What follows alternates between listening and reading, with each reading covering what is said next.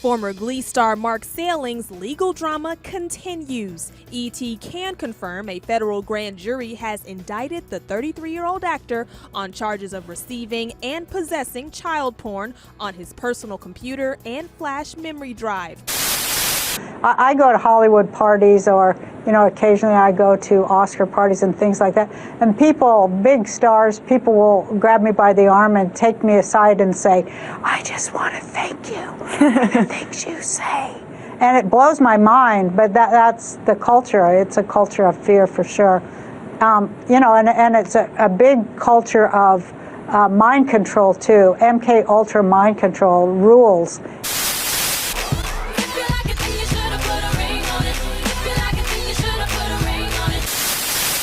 Leanne, I was almost going to call you Lori. How could I miss? Oh, it's very easy. You're both very pretty. You have green eyes. Blue. Are they? They're not blue. Now, don't tell me that. Look at me a little closer. They're green. See, I fooled you. Wrong, isn't it? But it feels so right. Then it's a deal? Yes, we eat our pizza the wrong way. Crust first. Former Subway spokesman Jared Fogle now agreeing to plead guilty to shocking charges involving child pornography and underage sex. Everybody needs to make sure they make really, really good, healthy decisions every day. Now to the growing sex abuse scandal involving former House Speaker Dennis Hastert. Federal prosecutors say the investigation into Hastert is widening. They have already accused the former speaker for agreeing to pay $3.5 million to the individual he victimized more than 30 years ago and lied about those payments to the FBI. I have to tell you, I think these bras are absolutely beautiful. Like, I would like to wear them. Of course you would. I would. I can't stand that you people are standing there that naked. Christy, stop saying they're naked. They look naked to me. Mary Kay Letourneau, the teacher from Seattle, who is in jail because she is in love. That's how I view it.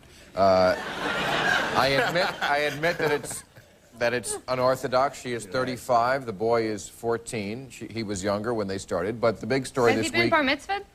Have I? No, is he? Oh.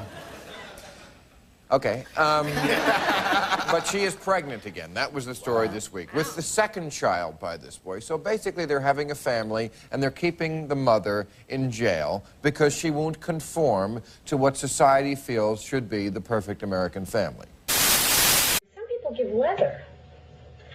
Gee, when they told me a leather gift, I was thinking more in terms of, I don't know, an attaché case or a wallet. Little man, trust me, this is the latest in leather gear. Really? Why do you sound familiar? Well, Barry, of course. It's me. Anderson! Yeah. What are you doing here? I work here. The whole reality show thing didn't work out for me, so I'm working here at the leather place. What do they call this place again? This is the Noose. Well, happy anniversary, World Noose now! X-Men director Bryan Singer is accused of drugging and anally raping Michael F. Egan III, who was allegedly underage at the time. They pull me away for their threat sessions and tell me they have gaydar, they have this. At the end of the day, if you don't keep the members of this group happy, we control Hollywood, we can eliminate you, we will eliminate you. So where did this conspiracy theory start? Apparently, some alt-right folks were combing through Clinton campaign emails hacked by Russia and published by WikiLeaks and noticed there seems to be more references to pizza and pizzerias than they had expected, which can only mean one thing: secret sex ring. Ass, ass, ass, ass, ass, ass, ass, ass, ass, ass, ass, ass. You know, there's a lot of good people in this industry, but there's also a lot of really, really sick, corrupt people in this industry. And there are people in this industry who have gotten away with it for so long that they feel they're above the law. I eat little baby's ice cream. It keeps me young. It keeps me light on my feet. I spring from activity to activity. I love my job. I love my life. Shake that ass for me. Shake that. When I was 16, 17 years old, when we started, there was someone that, we worked with that was inappropriately touching us.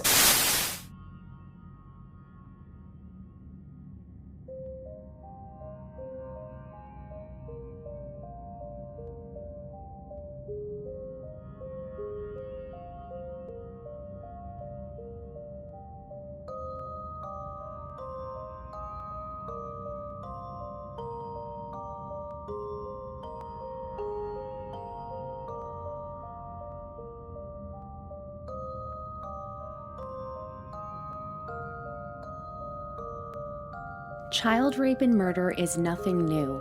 It is documented in the holy books of the world's largest religions, crops up time and again throughout historical accounts, and is portrayed countless times in fictional works.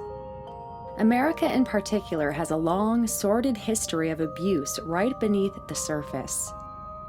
Many people already know about the sick pleasure some of the ruling elite get from this abuse, the massive amount of money made in trafficking children for both sex and organ harvesting, and the blackmail operations.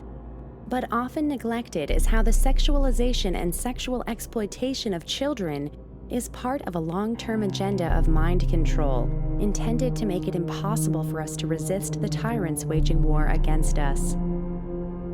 We will start this narrative near the beginning of the 20th century with the arrival of Jewish psychologist and sexual deviant Sigmund Freud in America in 1909. As he was arriving, Freud remarked to his then German portage Carl Jung, who would later split with him, "They don't realize that we are bringing them the plague." Indeed, that is exactly what Freud did with his non-scientific and depraved interpretations of dreams. His discussion of infant sexuality, which starts at birth and progresses with oral, anal, and genital phases, the topic of female penis envy, and the forwarding of the theory that there is an innate desire in every child to want to have sex with their mother or father, with anger toward the parent of the same sex who is seen as their rival. This is known as the Oedipal or Electra complex, depending on the sex of the child. Freud would also put forth the idea that pessimistic and totalitarian traits are at the root of anti-Semitism. Freud would end up having an incredible impact on America, along with some of his relatives, most notably Edward Bernays, who would come to be known as the father of public relations. The term public relations was his euphemism for propaganda. Bernays would work with the Committee on Public Information, also known as the CPI, or the Creel Committee in 1917, under the orders of Woodrow Wilson, in order to shift public opinion and get Americans into a war against Germany, which was financially enabled in 1913 by the Federal Reserve Act and income tax, a Jewish scheme to monopolize the money of America. Bernays would also convince women to smoke cigarettes, marketing them to suffragettes as torches of freedom, and sell the American people on not just products but also policies and ideas they really did not need and would actually end up leading to all sorts of sickness. Freud and Bernays would mold the minds of Americans with their knowledge of mass psychology, but they were certainly not alone. Like many of the faces you will see in this documentary, the ones often committing heinous crimes against us are Jews, but we are called evil Nazi anti-Semites for even pointing this out today. Let's turn our attention to another important event that happened at the beginning of the 20th century, which led to the founding of the Anti-Defamation League, the lynching of Leo Frank, the Jewish superintendent of National Pencil Co. in Atlanta, Georgia, who was convicted in 1913 of the murder and rape of an employee, 13-year-old Mary Fagan, following a controversial and highly sensationalized trial. Originally sentenced to death, Frank lost several appeals and a final appeal to the U.S. Supreme Court in April 1915. He claimed it was a black janitor who committed the crime, but all of the evidence clearly pointed to Frank as the culprit. Georgia Governor John M. Slatton believed Frank might be innocent despite the Supreme Court's decision and subsequently commuted Frank's sentence to life in prison. It was said that anti-Semitism was biasing people against Leo Frank. Enraged, the local community took justice into their own hands. After kidnapping Frank, the mob took him to Marietta, Georgia, where Frank was lynched in the early morning hours of August 17th. His legal case and lynching in Georgia brought attention to the topic of anti-Semitism in the United States and prompted the founding of the Anti-Defamation League of B'nai B'rith in 1913. B'nai B'rith is a Jewish fraternity which means Sons of the Cut, which is a reference to the circumcision covenant. Leo Frank had been elected president of the Atlanta chapter of the B'nai B'rith in 1912, so his brothers made sure to do everything possible to get him off the hook for his rape and murder of a young child. They have done the same thing time and again since their founding, and even before, with the cases of Jewish ritual murder always being decried as blood libel by the self-proclaimed chosen rulers of the world. but we will get into this history of horror in another section. The point is that the preponderance of Jews involved in child trafficking operations is a very important topic. Fast forward to today, and the ADL will come after anyone who dares to say that the Jews control Hollywood and the vast majority of the mainstream media. Gary Oldman's profane remarks in Playboy magazine, released on Monday, have stoked headlines about comments on fellow actors Mel Gibson and Alec Baldwin and their own past comments they've made about Jews and homosexuals. In the interview, the 56-year-old Oscar-nominated actor said it would be hypocritical for people to castigate Gibson for his 2006 anti-Semitic rant while being arrested for drunk driving because we've all said those things. Hollywood is run by Jews. It's owned by Jews. However, Jews proudly boast of their dominance of our media in their publications, not to mention their incredibly overrepresented role in our banking, political, educational, judicial, and corporate establishments. Without this complete control, they would not be able to get away with what they are doing to children, which Corey Feldman clearly stated in an interview with ABC. I can tell you that the number one problem in Hollywood was and is and always will be pedophilia. That's the biggest problem for children in this industry. The casting couch even applies to children. Oh yeah. Not in the same way. It's all done under the radar. Nobody talks about pedophilia. It's the big secret. In part 1, we covered some of the many pizza-related connections within Hollywood media, but this is just a small fraction of the overall picture. We could spend many hours showing how the mainstream culture of America is both subtly and overtly promoting pedophilia. The scary thing is how in your face it all is, without people rarely even raising an objection, and it goes back to some of the earliest days of Hollywood, which was just as Jewish then as detailed in the work of the Jew Neil Gabler, and what they were doing there was horrendous. Pulitzer Prize-winning author Upton Sinclair wrote, In olden times, Jewish traders sold Christian girls into concubinage and into prostitution, and even today they display the same activity in the same field in Southern California where I live. F. Scott Fitzgerald, the author of The Great Gatsby, called the Hollywood of his era A Jewish holiday, a Gentile tragedy.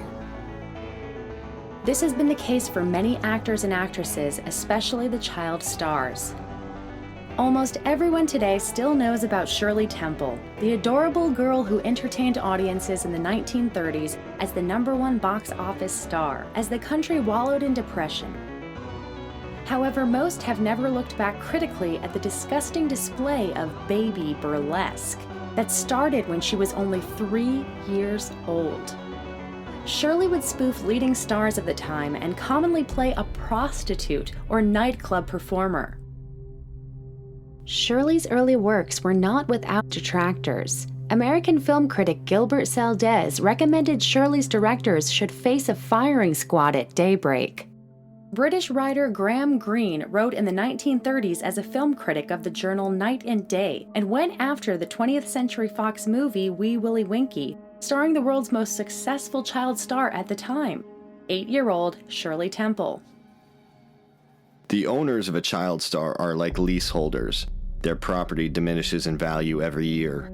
Time's chariot is at their back, before them acres of anonymity. Miss Shirley Temple's case, though, has a peculiar interest. Infancy is her disguise. Her appeal is more secret and more adult. Already 2 years ago, she was a fancy little piece. Real childhood, I think, went out after the littlest rebel. In Captain January, she wore trousers with the mature suggestiveness of a Dietrich. Her neat and well-developed rump twisted in the tap dance. Her eyes had a sidelong, searching coquetry. Now in Wee Willie Winkie, wearing short kilts, she's completely totsy. Watch her swaggering stride across the Indian barrack square. Hear the gasp of excited expectation from her antique audience when the sergeant's palm is raised. Watch the way she measures a man with agile studio eyes, with dimpled depravity. Adult emotions of love and grief glissade across the mask of childhood. A childhood that is only skin deep. It is clever, but it cannot last. Her admirers, middle-aged men and clergymen, respond to her dubious coquetry, to the sight of her well-shaped and desirable little body. packed with enormous vitality, only because of the safety curtain of story and dialogue drops between their intelligence and their desire.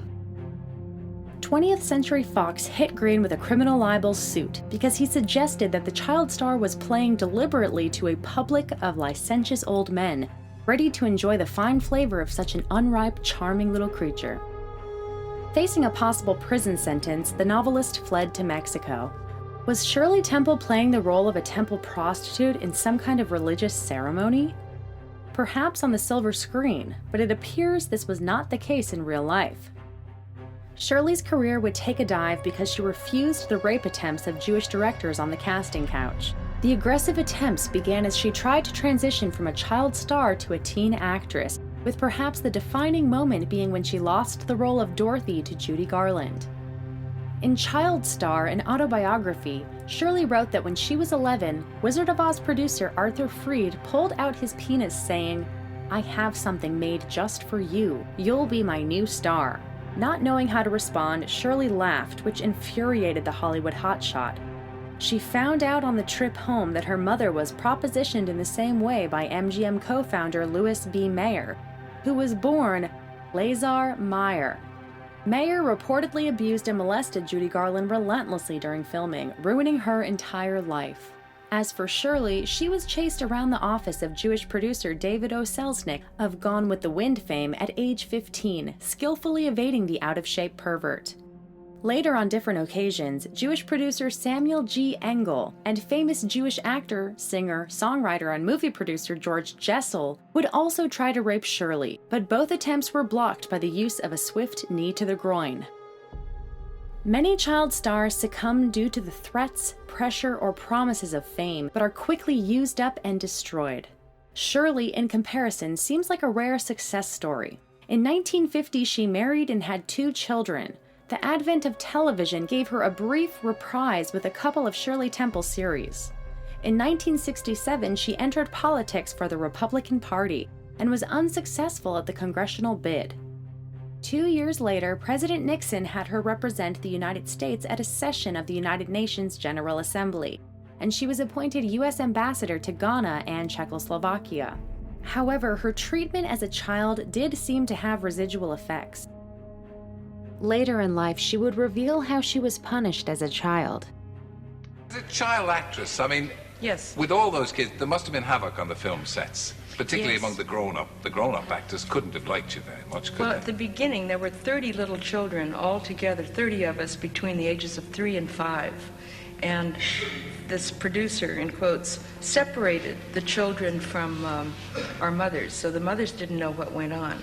So it was pretty rugged, a pretty tough time. Being a starlet was difficult.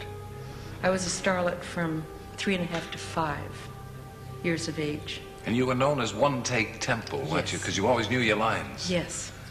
We have a picture of you here. What's this from, for heaven's sake? What's that from? Oh, well, that's a war film. That's What Price Gloria? For What Price Glory? It looks like All Quiet on the Western Front from here.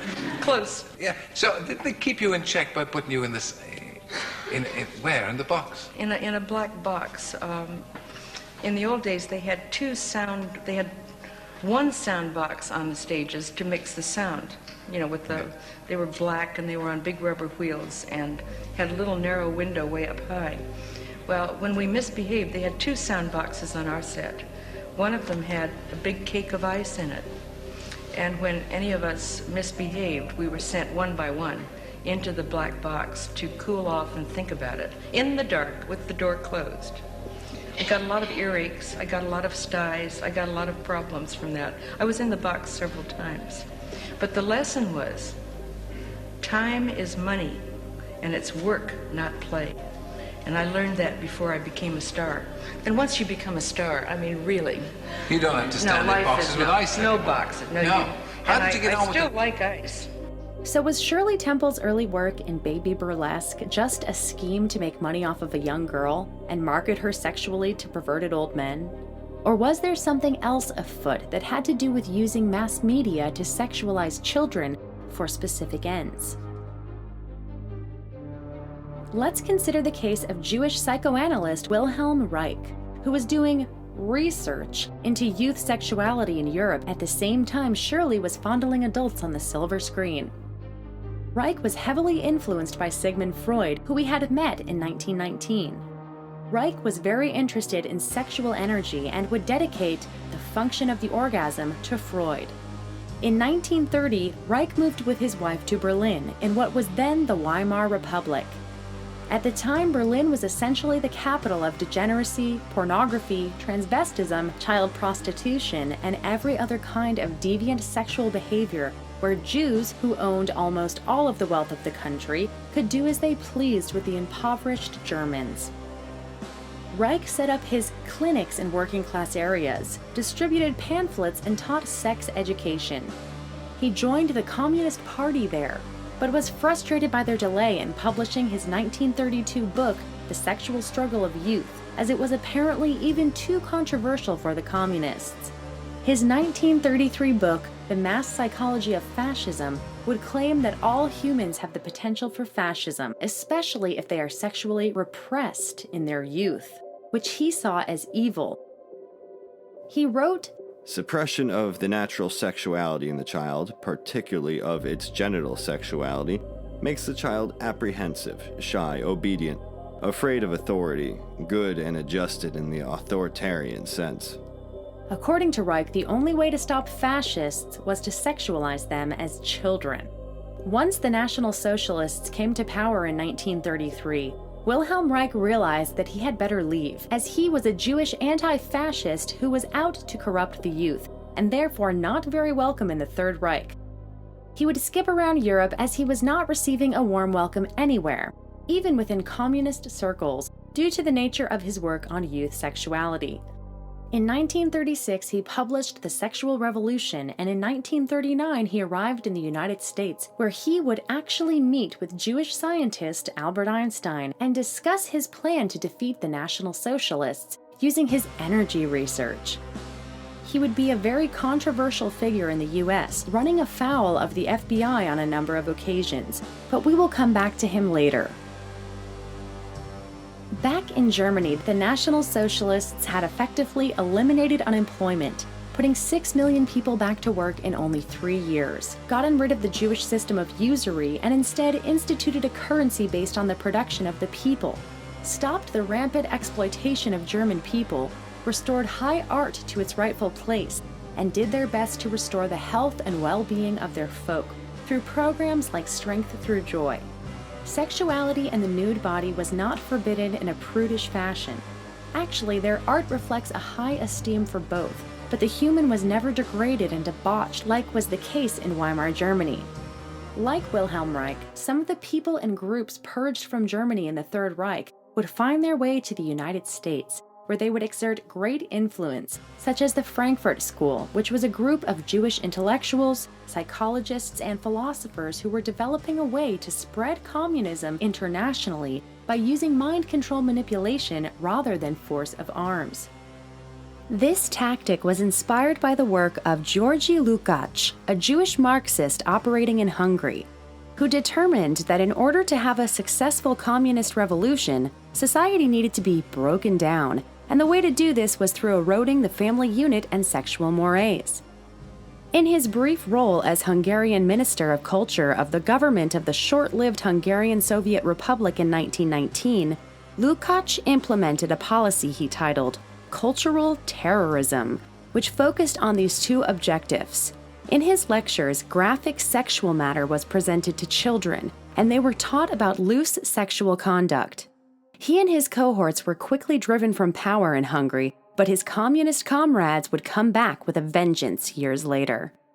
As for the Frankfurt School, it would take Lukács' mission and set up shop at Columbia University starting in 1934 and develop what was known as critical theory, which is the basis for much of the cultural Marxism present in our world today, where whites, heterosexuals, masculine males, and really anything seen as normal is endlessly attacked and ridiculed.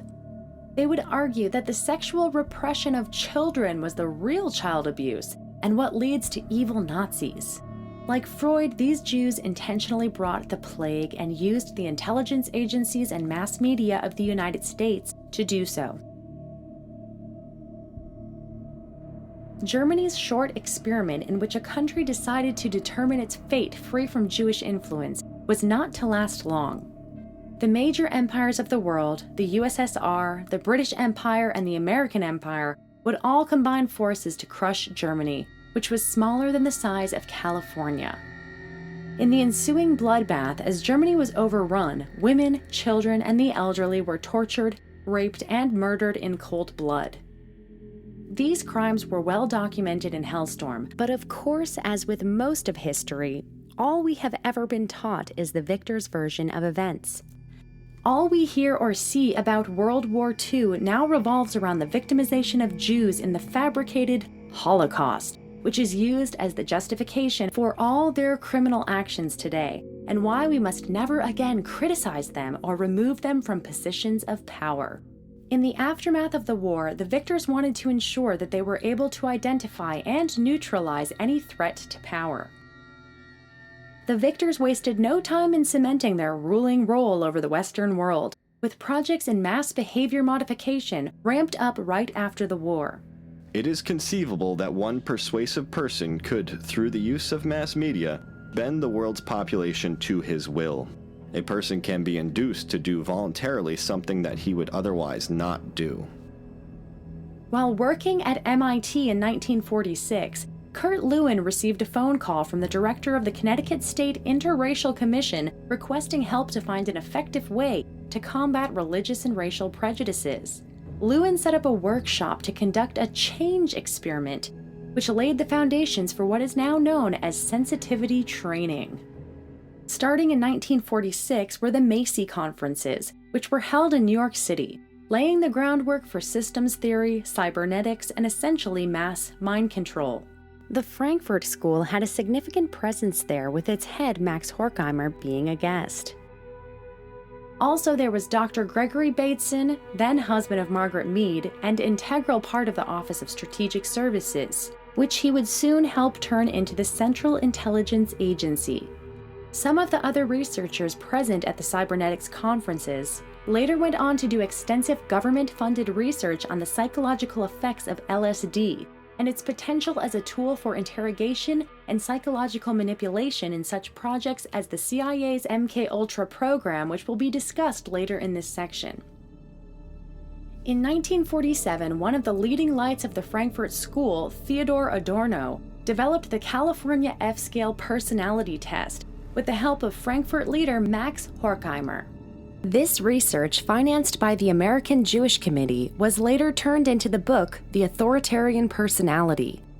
The F in F-scale stands for fascism, as the test measured how much someone exhibited the authoritarian personality traits, about which Freud and Wilhelm Reich had been so concerned.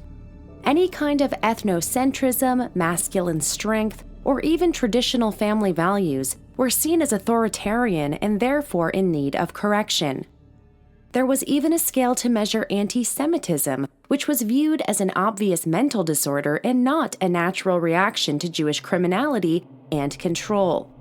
Of course, Jews were never measured for their authoritarian personality or anti-Gentilism, as their ethnocentrism and Orthodox life is something that they celebrate.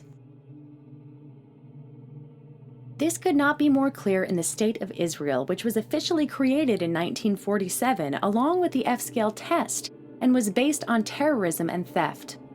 1947 is also when the CIA was created to take the place of the OSS. When the Roswell UFO incident occurred and when the first mass-produced televisions really started moving into American households, these events would all be crucial in the mind control narratives that are to follow in America. And they also relate directly to the promotion of pedophilia or child trafficking, as we have already seen and will continue to witness. Also of note, in 1947, the first Polaroid camera was developed, which meant that people producing pornography would be able to cheaply produce their own photos and not rely on a developer. 1947 is when the first integrated circuit was invented, which laid the groundwork for all modern computing. The last thing we will note in this pivotal year is that it is when sexologist Alfred Kinsey bought fireworks from Kenneth Anger, who would become a cult hero as a homosexual Satanist director of short films. This was to be Anger's first sale, as apparently no one else was interested in the homosexual filth he was producing. We'll come back to Kenneth Anger in just a little while when discussing Hollywood's dark side. But for now, let's explore the much-heralded work of Alfred Kinsey, the scientist who is described as the father of the sexual revolution. In 1948, Alfred Kinsey released Sexual Behavior in the Human Male, based off of years of extensive research, which would be heralded as a monumental scientific study of male sexuality, breaking through taboos in order to reveal truth. The truth, however, is that Alfred Kinsey was himself a seriously disturbed individual who would shove different objects up his urethra with some painful consequences as an apparent self-punishment for his homosexual desires. More importantly, Kinsey put out fraudulent research in order to normalize the most degenerate of deviant behaviors in males and females alike, with Sexual Behavior in the Human Female being published in 1953. Kinsey's work was funded by the Rockefeller Foundation. Kinsey would deliberately and repeatedly use aberrant samples of people for his study, and then claim that the sexual practices of these groups were representative of the activity of normal men and women. The men he included in his studies were often homosexuals, pedophiles, pederasts, convicts, pimps, and other sexually aggressive males who he recruited at homosexual bars and bathhouses. The women he surveyed were prostitutes, burlesque performers, models, artists, and strippers. He portrayed their sexual activities as perfectly normal things that everyone is doing, just not talking about. If these deviant sample subjects would still not admit to engaging in the sexual activities Kinsey was looking for, he would badger them to change their statement or just put down what he thought their answer should be. Paul Gebhard admitted in his seminar with fellow sexologists, Masters and Johnson, that what he, Kinsey, and their associates were involved in was, quote, definitely coercion. But Gebhard felt that coercion is acceptable in the interest of encouraging research participation. He also said of the Kinsey Institute's work in Kinsey's Pedophiles, quote, it was illegal, and we knew it was illegal, but it's very important to study childhood sexuality. Kinsey's studies involving children were used to prove that children are sexual from birth, following in the footsteps of Freud, Reich, and other prominent Jews. According to the admission of his associates such as Wardell Palmery and Paul Gebhard, Kinsey's data on childhood sexuality was purchased from a serial child predator codenamed Mr. Green or Mr. X, who had molested as many as 800 boys and girls over many years, and who kept meticulous records of his crimes. We're actually a lot alike, you know. How so? I record everything, too.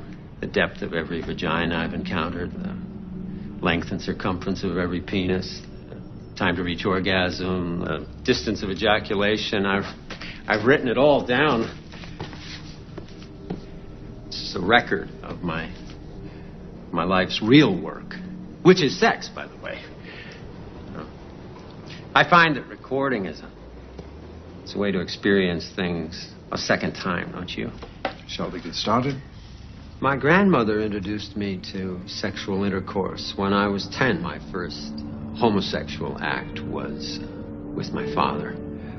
I was 11. 33 members of my extended family. I've had sex with 17 of them. That's 5 generations now. My penis is 8.24 inches long with a diameter of 2.8 inches when fully erect. In my youth, I averaged 8 cubic centimeters of semen per ejaculation. By the time I was 50, I was down to 5. I've had sex with 22 separate species of animals. I've had intercourse with 9,412 people. I've had sexual relations with 605 pre-adolescent males and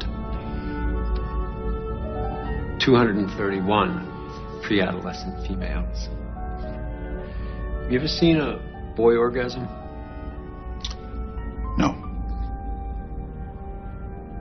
No. I guess that's why I'm such a catch. Physiologically, it's almost identical to an adult orgasm. It has since come to light that Kinsey's child rapist was Rex King, a U.S. government land examiner who traveled around the Southwest for his job, scientifically raping children along the way. His diaries detail his abuse of young children, some infants as young as 3 months. He would record their screams of pain as orgasms. Kinsey told King, quote, I congratulate you on the research spirit which has led you to collect data over these many years. It is unclear how many other researchers Kinsey employed in his fact-finding mission of raping children and possibly even killing them, or whether Kinsey and his staff were directly abusing children, but their own notes do appear to indicate that they were at least present and witnessed some abuse. The Kinsey researchers agreed. The emotional reactions of parents, police officers, and other adults who discover the child has had such contact may disturb the child more seriously than the sexual contact itself. Kinsey advocated for the legitimacy of all sexual behavior: pedophilia, bestiality, incest, adultery, prostitution, group sex, transvestism, sadomasochism, and he worked to overthrow the repressive laws that were stopping people from freely expressing themselves. Kinsey's ACLU lawyer Morris Ernst wrote that, quote, Virtually every page of the Kinsey report touches on some section of the legal code. Kinsey's team wanted to use his false science to get rid of or drastically weaken laws concerning rape, statutory rape, seduction, prostitution, sodomy, bestiality, indecent exposure, nudity, obscenity, adultery, fornication, adult child sex, illicit cohabitation, pornography, smoking opium and other narcotics, etc. Always the research of Kinsey and his successors was cited to refute and silence the moralistic qualms of dissenters. Kinsey and his associates also testified and wrote in favor of parole for sex offenders and violent felons. In the Kinseyan view, brutal sex predators were deserving of therapeutic, not retributive action. Working with Kinsey was New York Judge Morris Ploskow, who published Sexual Patterns and the Law in 1951. Journalist Albert Deutsch, who published Sex Habits of American Men in 1948.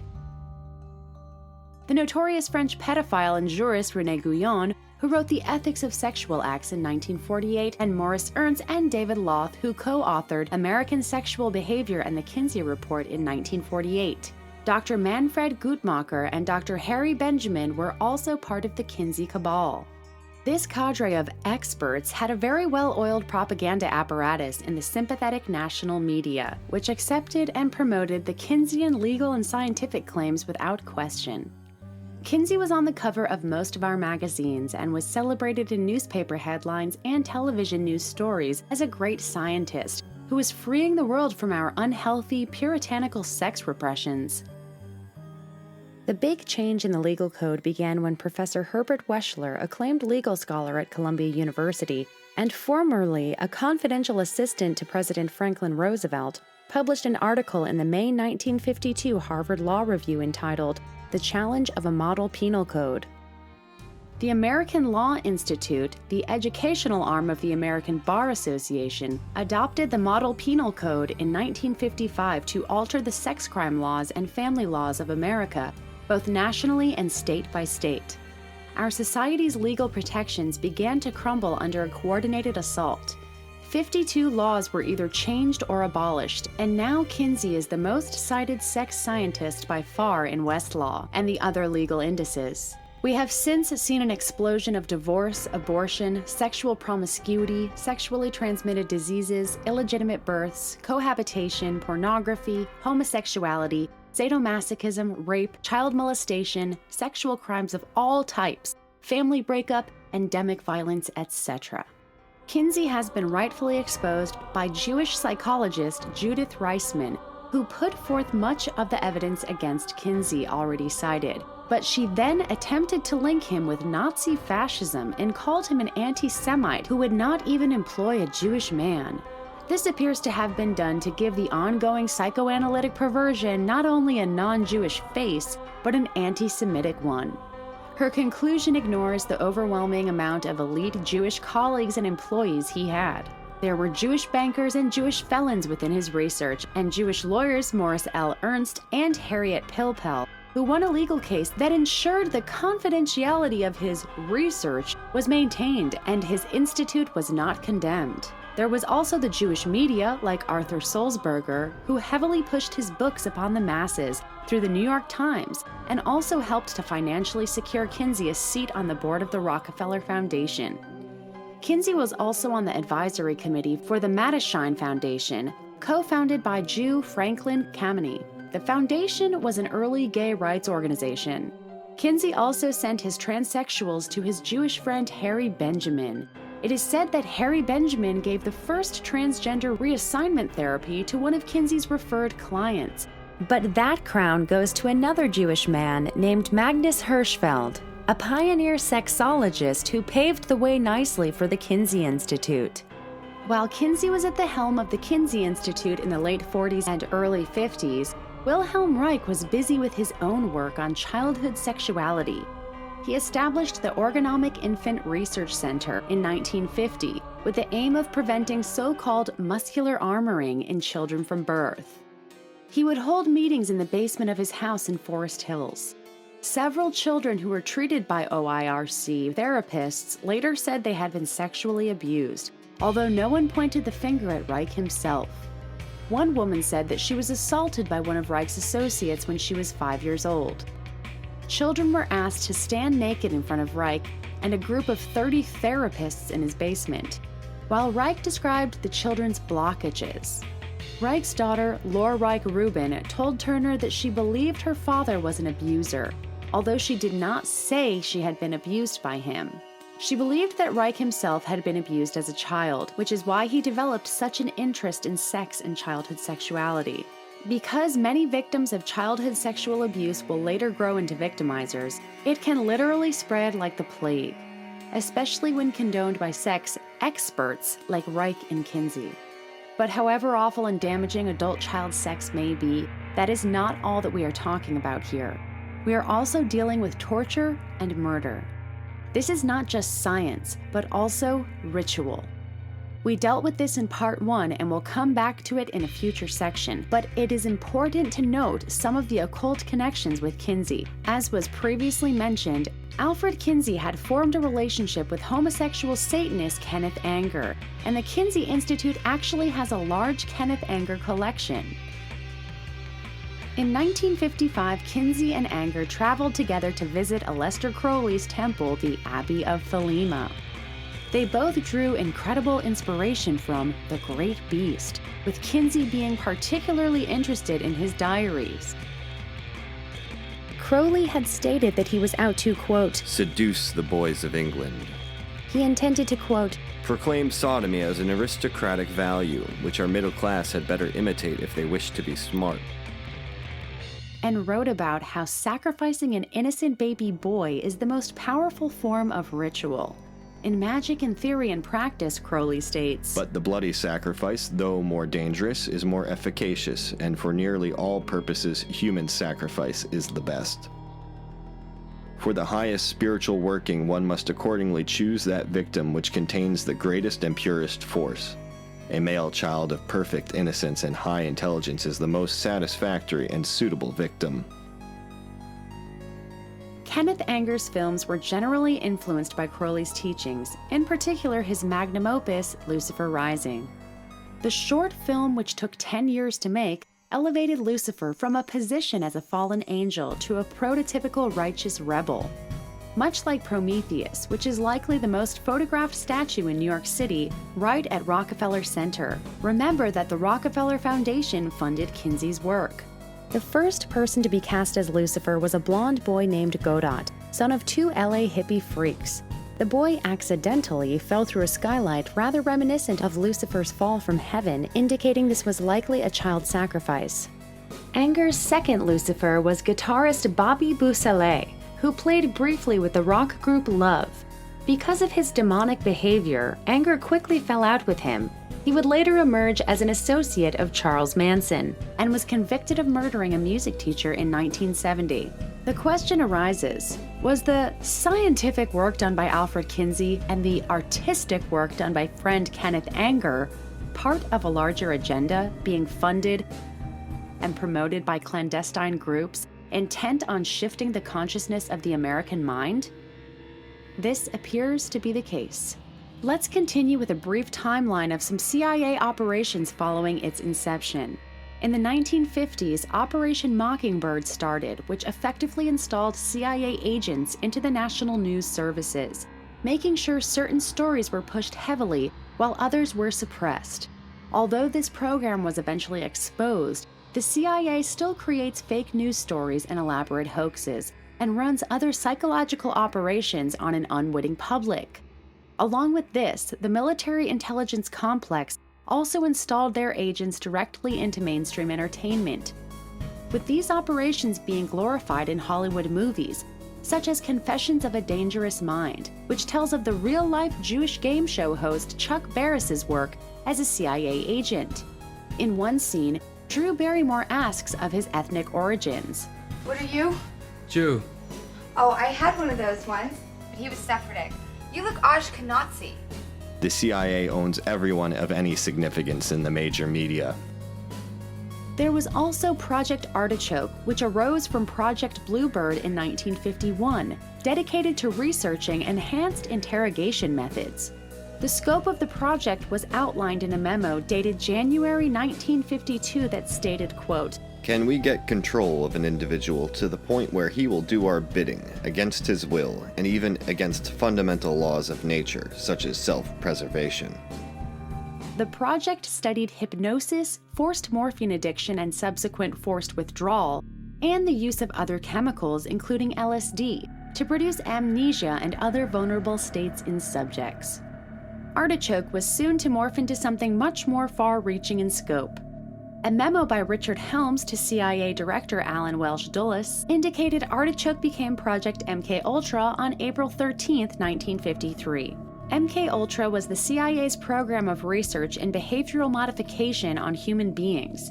Intelligence organizations and their linked cults actually subjected unwitting human beings to experimentation, torture, and more in order to manipulate people's individual mental states as well as alter brain functions. They were searching for information and methods in order to control and manipulate the population. MKUltra test subjects were put through sleep deprivation, drug testing, sexual abuse, torture, and more, which is detailed by supposed survivors of this sinister program. It also appears that the MKUltra program may have expanded into military abductions, which may have been intentionally masked by stories of alien abductions. Many other documentaries on this subject will point to the National Socialist scientists brought over from Project Paperclip and blame the mind control program on those evil anti-Semitic Nazis. But as we have shown, this agenda was laid down by Jewish minds starting at the beginning of the 20th century. And if Nazis were really running the trauma-based mind control operations, why are Jews in charge of mass media, and why would they be putting out Holocaust movies, which are essentially trauma-based mind control, year after year, decade after decade? We have been mind controlled from our earliest age to sympathize with the poor, downtrodden Jews and hate the evil Nazi villains. So please think critically about who is behind this program. Most programs within the military-industrial complex have zero oversight by Congress. Although the program began in the 1950s, it was not until the late 1970s when the Freedom of Information Act uncovered thousands of documents that shed light on MKUltra, and Bill Clinton even offered a public apology for the program during his presidency. This report I received today is a monumental document in more ways than one. But it is a very, very important piece of America's history, and it will shape America's future in ways that will make us a more honorable, more successful, and more ethical country. What this committee learned, I would like to review today with a little more detail than Dr. Faden said, because I think it must be engraved on our national memory. Thousands of government-sponsored experiments did take place, at hospitals, universities, and military bases around our nation. The goal was to understand the effects of radiation exposure on the human body. While most of the tests were ethical by any standards, some were unethical, not only by today's standards, but by the standards of the time in which they were conducted. They failed both the test of our national values and the test of humanity. Informed consent means your doctor tells you the risk of the treatment you are about to undergo. In too many cases, informed consent was withheld. Americans were kept in the dark about the effects of what was being done to them. The deception extended beyond the test subjects themselves to encompass their families and the American people as a whole. For these experiments were kept secret, and they were shrouded not for a compelling reason of national security, but for the simple fear of embarrassment, and that was wrong.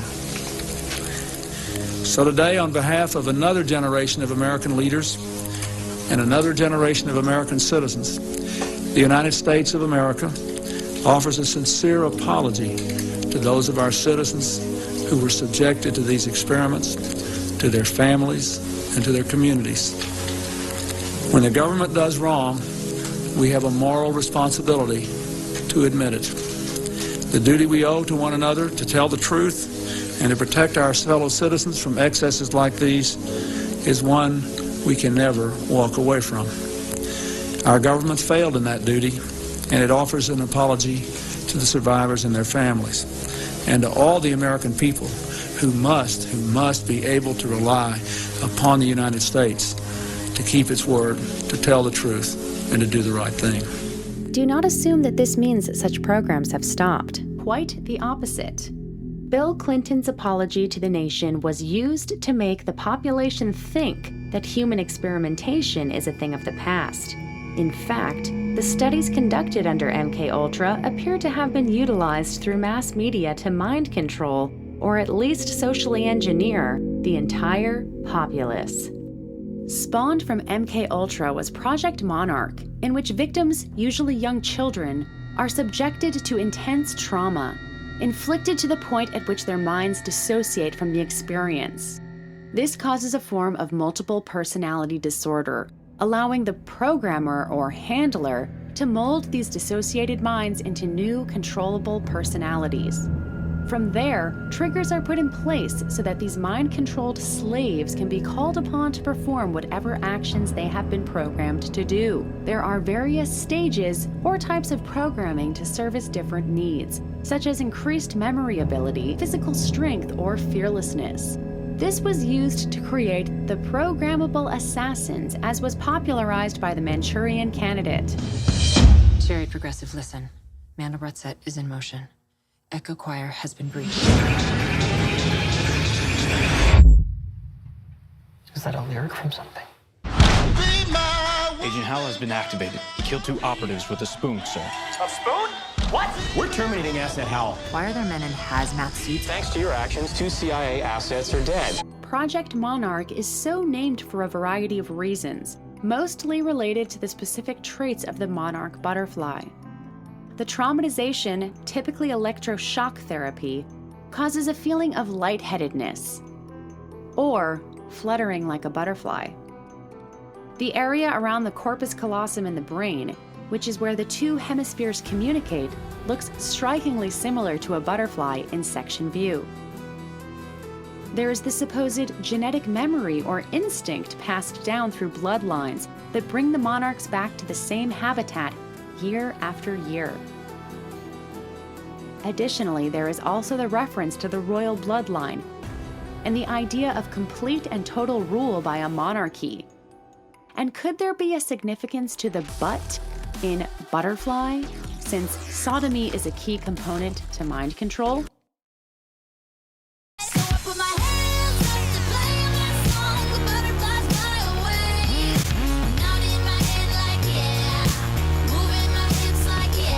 What's most compelling about mind control, however, are these triggers and patterns that can allegedly be found in much of popular media. These do not just appear to be icons and images placed around just to say, aha, we're right here and you don't even know it. No. These triggers are put in place allegedly to control the minds of the pre-programmed slaves and initiate a response. In fact, those who have been programmed likely don't even know they are under control at all. Once triggered, their programmed personalities will surface, and they'll be like puppets on a string. Here are just a few of the supposed examples of monarch programming in popular media. People certainly like butterflies and could innocently wear them from time to time, but this is more than just mere coincidence. This is part of a deliberate program.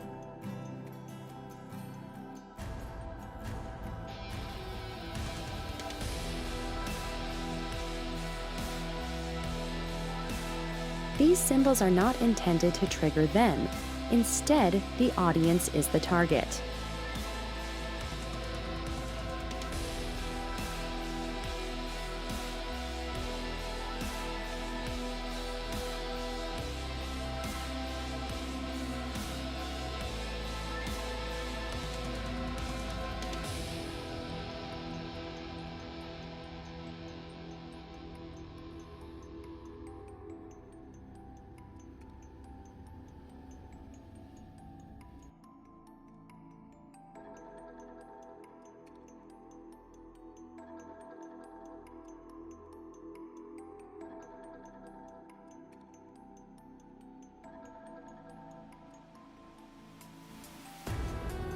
These triggers are put out there for all to see as part of a mass mind control operation, especially targeted at children, so that they go through a metamorphosis and grow into the kind of adult the controllers would like to see.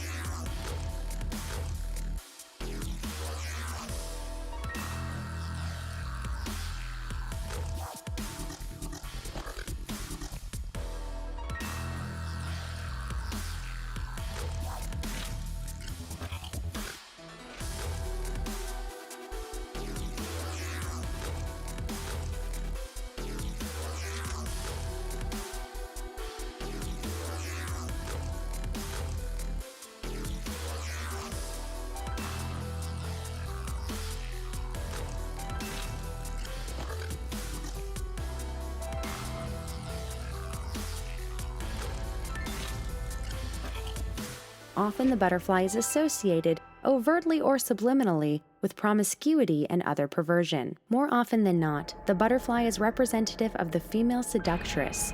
The butterfly opens up into a beautiful creature fluttering around from flower to flower. However, it's not all sunshine and bright colors, as there is a noticeable darkness to many of these images. On my dress, there's a lot of butterflies. Probably because I will evolve from a moth to a butterfly at some point in this music video. There's a lot of symbolism. You gotta just kind of catch it. We're trying to put a lot of subliminal things in there too. Along similar lines, there is the sex kitten programming. This takes the sexuality from the field to the jungle, with a very fierce and sultry female role model for young girls.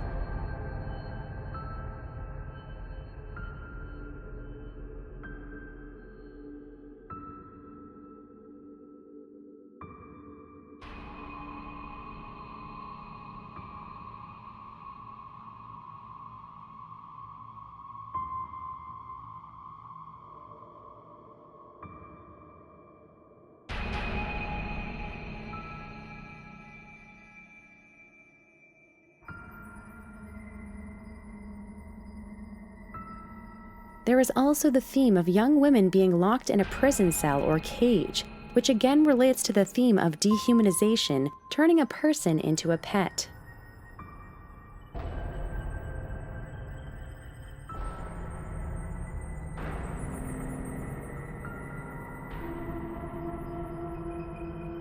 You will also find many Masonic checkerboards with popular culture, along with repeated color schemes of a very esoteric nature.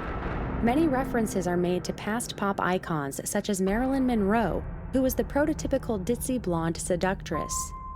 Far from being liberated ladies living a life of luxury, these sex symbols are simply slaves. And this is what the entranced children are growing up to be, molded by the minds of their masters.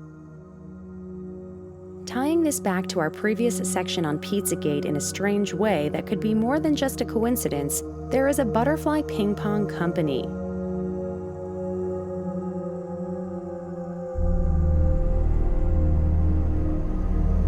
Playing ping pong all night long, everything's all neon and hazy. Chanel this, Chanel that, hell yeah, all my girls vintage Chanel, baby. It's no big deal. It's no big deal. It's no big deal. This is no big deal. One of the pop themes is that of colored wigs or wigs that are in a certain cut called the bob haircut. This was predicted by Stanley Kubrick in A Clockwork Orange, a movie about mind control. The colored bob is often associated with themes of pedophilia and mind control.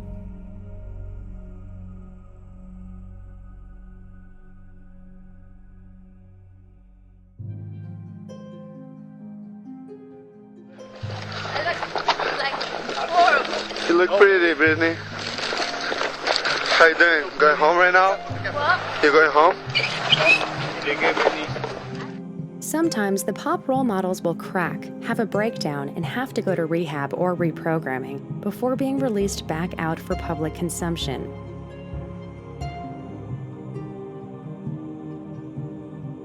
How many child stars go from being wholesome, cute children to train wrecks? The media and the viewers will usually just blame the celebrities themselves, unaware of all the drugging and abuse done to the children.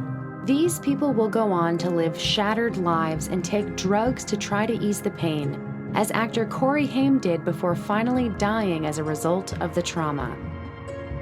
And topping our headlines in the Skinny this morning, shocking as it may seem, another Hollywood actor is in trouble with the law. You never hear about this kind of stuff. No, this is unheard of. Amanda Bynes arrested for alleged DUI. The California Highway Patrol confirms to ABC News that the 28-year-old actress failed a sobriety test after getting pulled over early Sunday morning. Not her first run-in with the law. She was arrested last May for allegedly throwing a bong out of her New York City apartment window. That case was dismissed. I wonder if that's her real hair in any of these videos. It's gorgeous. Yeah.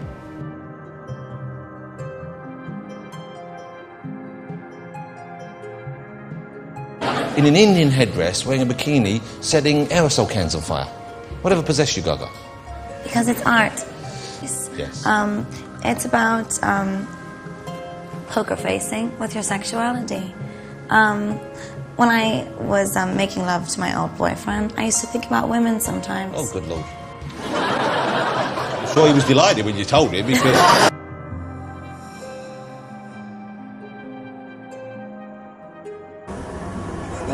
I think I'm having some gas trouble. Why aren't you pooting then, or does it hurt? It hurts, and I need some gas poot stuff so I can poot it out.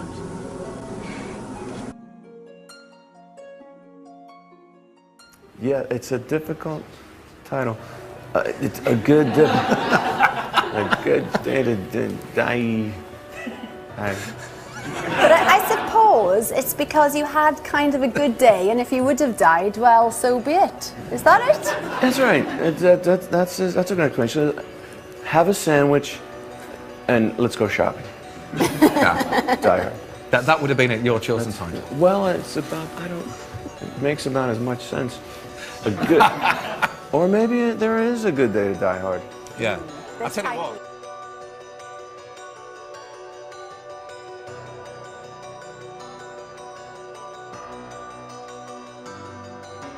I'm sorry. I was in a trance. Yeah. Well, Wisconsin has officially joined 25 other states in a lawsuit against President Obama's health care reform law. Attorney General J.B. Van Hollen says Wisconsin is the latest state, including Iowa, Kansas, Maine, Ohio, and Wyoming, to join Florida's suit.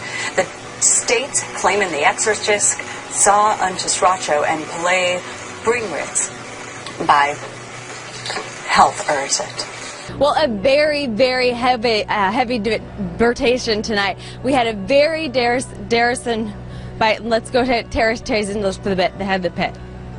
Now, Defense Minister McLeod did confirm today that more than 54 18 fighter jets are spending about as much as 20 and ready to assist the 100 deployed over the amount needed. Now, it did depend that how the NOLAN remerges RN, while the university or the UN mission has whole received support from all batteries in the hues of the Garbins of today. Excuse me.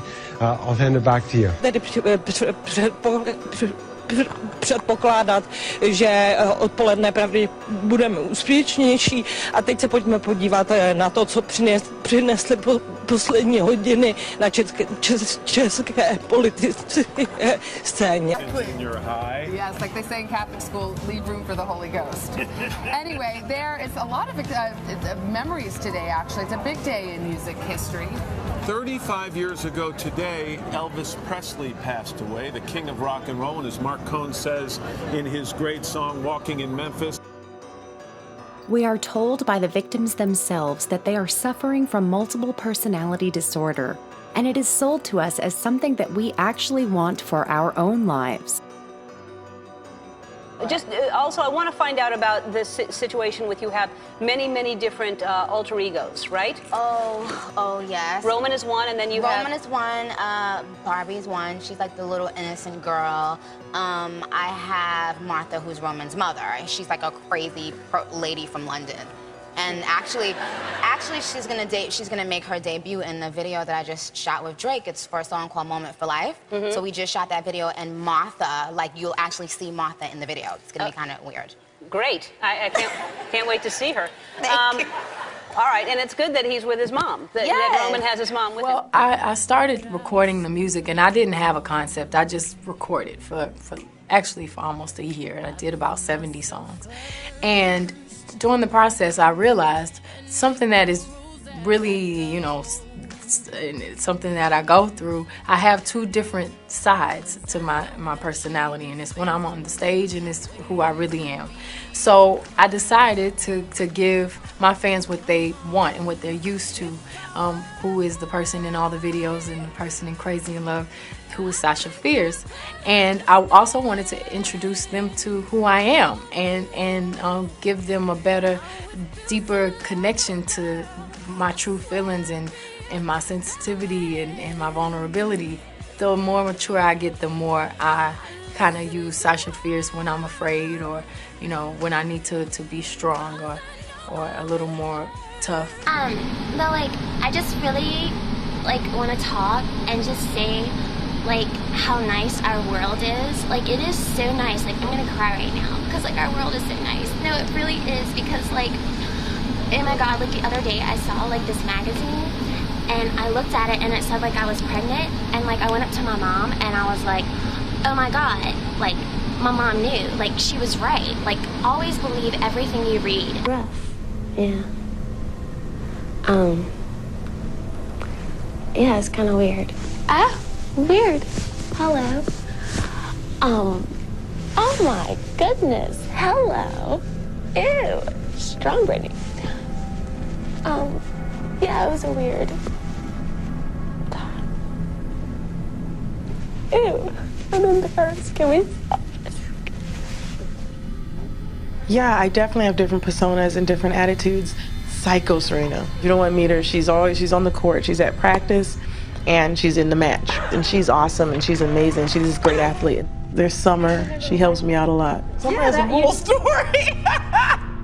Summer has a whole story. If I have to write long letters or if I have to do, different things, then Summer doesn't. She got married. Now she got divorced. She moved to England. Normally, when she talks to people on the phone, she just gets on the phone and she's like, hello, I'm Summer. How are you? When I'm doing my fashion, I get into this whole fashion moment and this whole fashion thing, whether I'm on HSN or just the perfect jegging, and they go really, really well with the Today's Special. I'm thinking of designs where I'm drawing, or, I'm pulling out tears. And then the other girl that, the one that's really mean is Megan. Oh, no. She's extremely mischievous. You don't want to run to Megan. There's Taquanda. Whew. Taquanda is rough. She is not Christian. She's from the hood.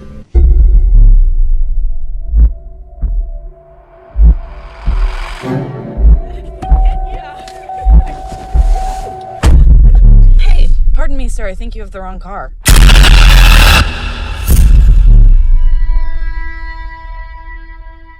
You've emailed for an appointment 2 days in a row.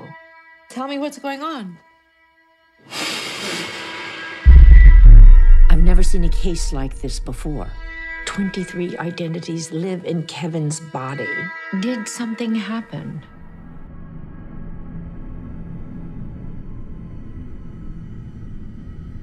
Mirrors, glass shattering symbolizing the fracturing of the psyche from trauma, and interacting with one's inner child are displayed in music videos, commercials, and print ads.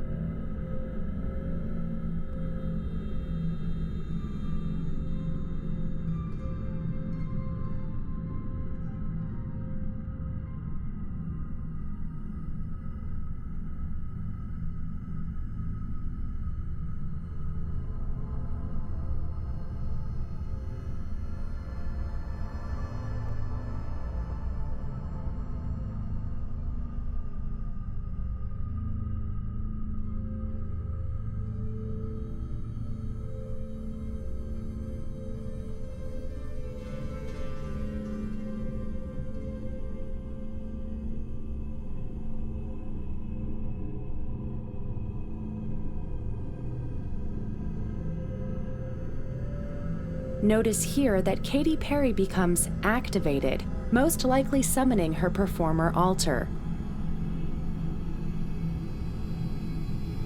Another hidden in plain sight clue that the elite child rapists throw in our faces is the shh tattoo and hand sign. What's the big secret? I think we know what the secret is.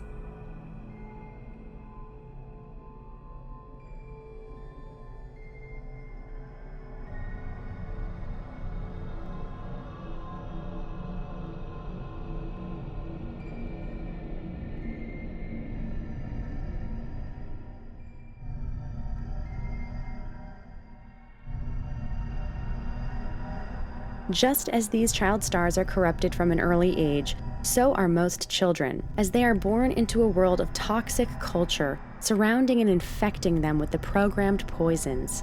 In order to maintain the illusion of freedom, we are all provided with choices which have been carefully crafted for us. It goes beyond just Democrat and Republican, Pepsi and Coke, now with 31 different flavors of gender identity available, and oh so many ways to rebel against the norm. In this way, slavery is being sold as freedom. Miley Cyrus is one of the child stars with whom young girls identified before she made the switch from good girl to whore of Babylon, openly saying she is willing to have sex with anything and anyone as long as it's legal, identifying herself as pansexual. Slaves are programming slaves.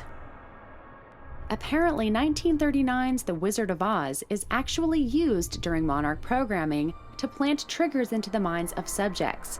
Certain symbols within the movie are later used to activate them. In 1985's Return to Oz, Dorothy goes over the rainbow after receiving electroshock torture treatment. Several Disney movies are said to hold monarch programming triggers as well, including 1951's Alice in Wonderland. Note the transformation of the caterpillar, as well as other butterfly symbolism, and the monarch Queen of Hearts. There are now many references to tumbling down the rabbit hole. It should also be noted that the author of Alice in Wonderland, Lewis Carroll, aka Charles Dodson, took many nude photographs of girls and turned them into paintings. He even based Alice on a young girl with whom he was infatuated.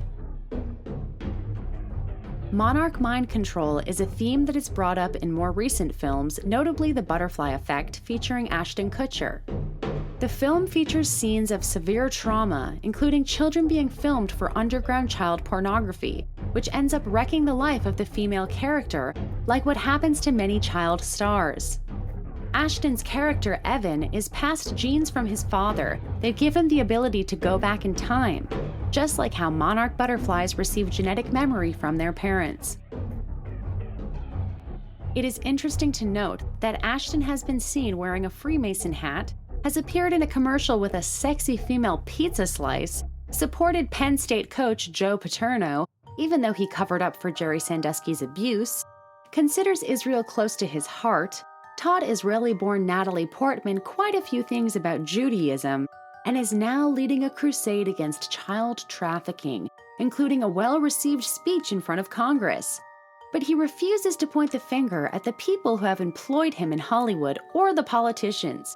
He is yet another smokescreen or limited hangout, put in place to make us think something is being done, and directing our attention away from the real criminals.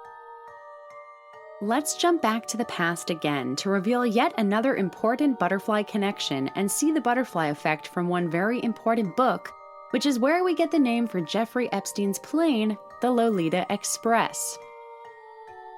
In the early 1950s, butterfly scientist and author Vladimir Nabokov, who has written many books about adult men having sexual relations with children, allowed his wife Vera to read his recently completed scandalous novel Lolita, and she said that she didn't think it was a good book for children. It was rejected by everyone it was sent to for a year, until in 1955 Vera brought the book to Paris, where it was finally published.